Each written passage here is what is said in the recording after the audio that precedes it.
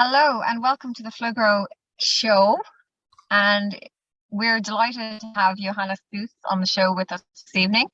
Johannes is a quantum mind consultant. He lives in Andalusia. He's a horse enthusiast, and I suppose he's just a life adventurer.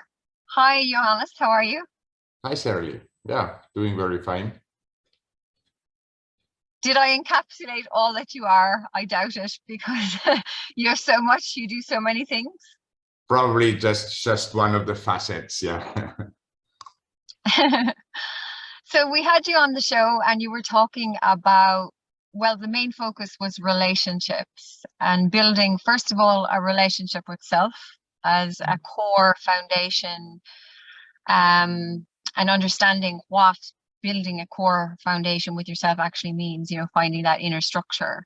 Do you want to share a little bit about your own personal findings, through life, regarding finding yourself and finding your core self? Okay. Yeah, finding myself. I think it's hard to say. It's more like for me, it's more like finding the ways to deal with myself in a way, and to deal with my experience, and to realize that I think the focus is everything, and that we have the choice to change our perception at will. So yeah, it has changed the experience of life a lot. If you're aware that you create your own reality by changing your focus, yeah, I think that's the. When you're talking there, I look back at certain stages in my life, Yeah. and I feel that there was a man called Prochaska, and he wrote about this 5 stages of awareness, or awakening to awareness. Yeah. And I feel when I look back, there were stages in my life where I couldn't, no matter, like, there was no way I was going to be aware. It was an impossibility for me at that time. Like, it was impossible. So I learned through experience. I became more aware through the difficulty of experience, through the difficulty of core kind of learnings, in life. And finding myself always meant like how I was relating to others. Yeah. Yeah. I mean, you talk a lot about relationships, and the learning that we go through with different relationships. And during our chat on the radio show, you spoke about family, and the family being the first training ground for relationships. Yeah, first training ground, and sadly it could also be like the first traumatization in some cases. So those are the things that sort of, we can work on unwinding again. It's yeah, it's the notion of being brought up without having any of those traumatization. You could imagine that would be a very fruitful life, no? If you don't have to go through all of this, but in the end, probably it makes it more valuable, having gone through certain trauma, certain programming, and then yeah, throwing it all out of the window in the end. Once you realize that most of the programmings are just like a heavy stone around your neck, and might pull you down if you don't get rid of them, huh? So yeah, I know you describe it as like a bag of stones, or a rucksack of stones that you're carrying around with yeah. yourself, and that at any time you have the option to just drop it. Yeah. How would you advise people to just drop it, to just drop it. Or just change your focus as well. I mean, look at those things that will actually increase your vibration, that make you feel light, instead of always focusing on the things that will pull you down, of course. So I think also the most important thing in relationships is, with everything in life, you know, getting cleared for yourself what you really, really want, what you're really after. And this might also change over time. And I guess that's the reason why quite a number of relationships break apart after some time, because the goals change. And I know you've spoken profoundly about, you know, the relationship between a man and a woman. Yeah. And the core necessity for the individual themselves to have balanced, you know, both male and female aspects within themselves first. So kind of coming into a relationship as whole, before actually, you know, engaging with the male-female dynamic of a relationship. Yeah, just like with everything, do it first on the inside and then on the outside. The other way around, it will just be a sort of distraction from the things that really matter. You'll be preoccupied with making ends meet with another person, and in course of doing this, you'll actually tend to lose touch with yourself, tend to you know, focus on, it's like how do you say this in English? It's like reining the horse from the back. You should do it from the front. So otherwise the horse might just give you a kick, you know, and life's gonna give you a kick if you are constantly chasing you know, goals that will not stand the scrutiny of evaluation in a way. Yeah? And so if we really find out that what we need in life is connection, is balance and interaction, social interaction, and also the possibility to get a clear mirror in our opposite, in our partner. So what do you mean by that? You know, a clear mirror in our opposite and our partner. I suppose it's to do with, like, we need to go in with a clear intention before, like what you were talking about earlier. We need to know what we want and have a clear intention of what we want before we just kind of blindly go into a relationship. Sure, that's the first step. And also, I mean, the partner, the opposite, the person in front of you, which can serve as a mirror. I would suppose that the better the mirror fits you, the clearer picture you get. So it needs to be somebody that that levels with you. Otherwise, you're going to get something like you know, a distorted picture. Just like in the mirror cabinet, you might be very slim and tall, or very fat, or it might be all distorted after all. So you don't get a clear reflection. What you're getting is a funny picture. You know, you're not, and you won't really benefit from a partner that gives you a distorted reflection. I get you. So you're kind of talking about going in with a kind of an idealized view of your partner, and that this idealized view or vision, like, you know, a lot of women might project the relationship they had with their father onto the relationship with their partner, or vice versa. You know, I mean, you did speak about that, actually, men that kind of go looking for a mother, you know, and exactly. that's not a good approach to a relationship or to starting a relationship.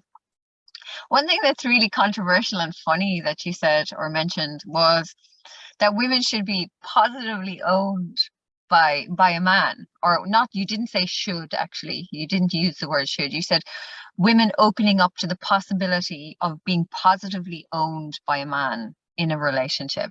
Could you Yes. elaborate a little bit on that? Because, like, you know, a lot of feminists now would be going, what do you mean by that? You know, I Yes. mean, where are you going?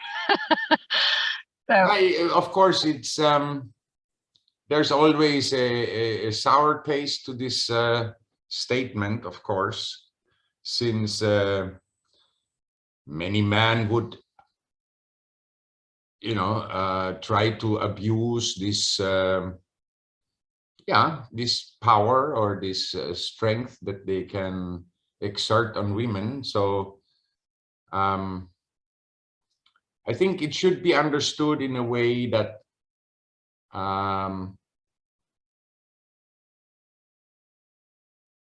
a possession would always be considered more cherished than something that's strange to you. So it should be understood in a way that you know, with emphasis on the positive, and it's not really an owning to do whatever you like, but it's assuming responsibility for what you own. And to make it your own, it becomes part of yourself. So okay, so love is it's taking like, someone as part of yourself. yeah. That's It's my like own. So, becoming really one. mm-hmm. So to allow this to happen, there must be a lot of trust and responsibility and consideration also for, you know, for the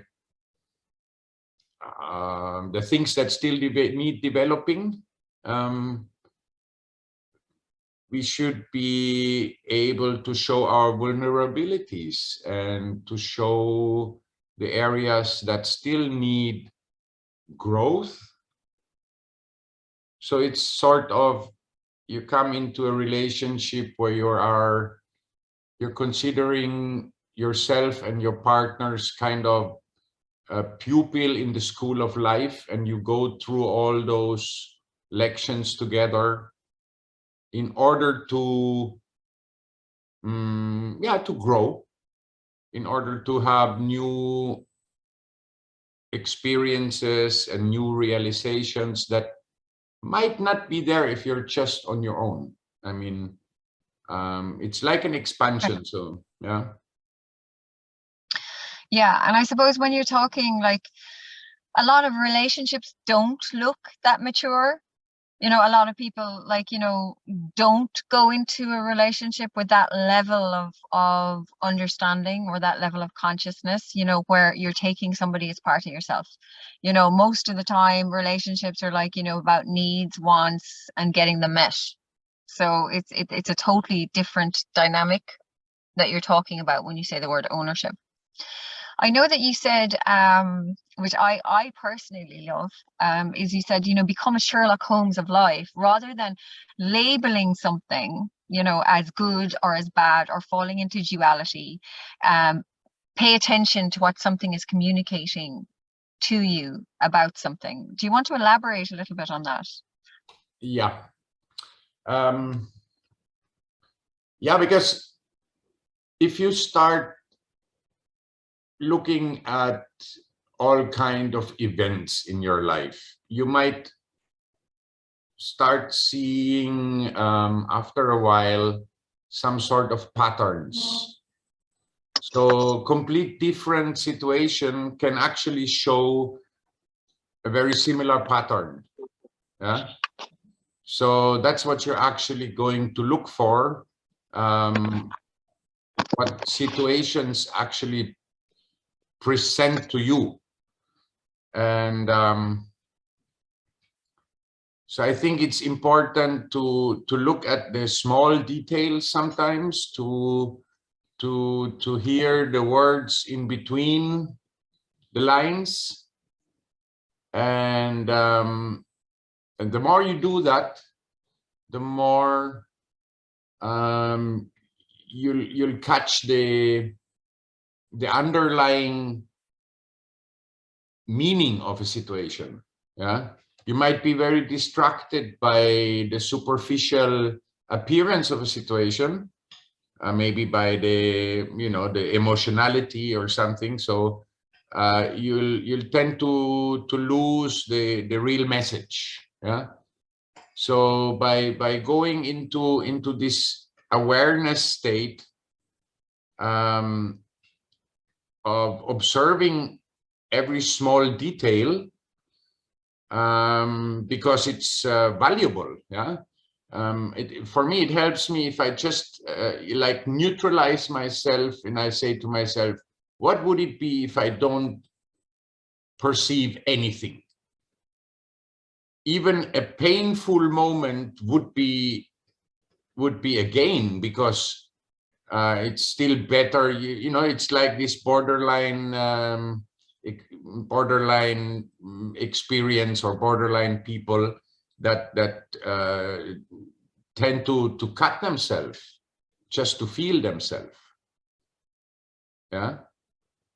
So because in some way they have been traumatized so much that they don't actually have a feeling anymore. They don't feel alive. They don't feel that, they don't feel their body, so they hurt their body in order just simply to feel it. And as a healthy person, you might as well just simply look at, if you have some pain coming up, you could just see it as, oh, my body is showing me some signs. Let's look at this.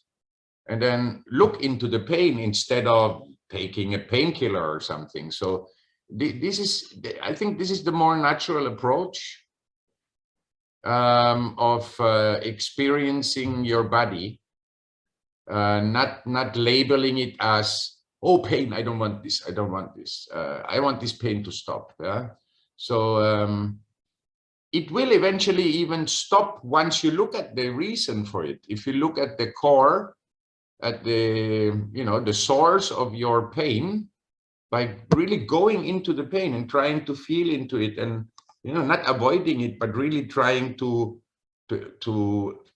explore the pain. Yeah. And soon your body is going to tell you, it might be something completely unconnected to the present situation, or to the area of your pain, but your body tells you that's because you didn't look at this very closely, or that's because you tried to avoid this. Now it catches up with you. So your body is going to tell you things, and that would always be the solution. For once the pain is identified, or you have identified the reason for it, there is actually no more reason that the pain needs to remain, and it will dissolve.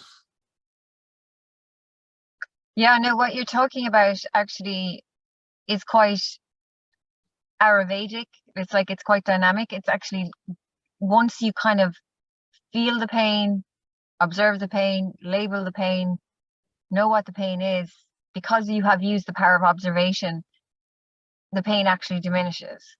Yeah. So it's like using your whole sensing body and your whole perception, and like that's like a total awareness of self. So it's becoming really aware at a meta cognition level, at a meta space, of why that's actually existing.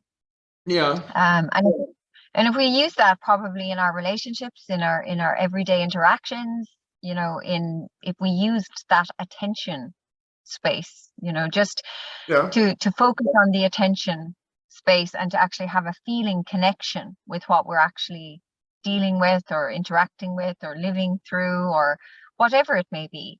Yeah. That could actually assist us, in living a more fulfilled, alive and aware life I think so. in the now.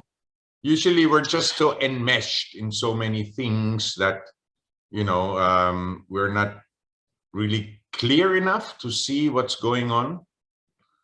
And often, you know, I mean, women often have a headache, so it might be sometimes that you did the, you know, engage with too many people, too much stress around. And so those are the things that you should work on. Reduce the stress, select the people that you mingle with. If somebody is very negative, then simply step out, you know.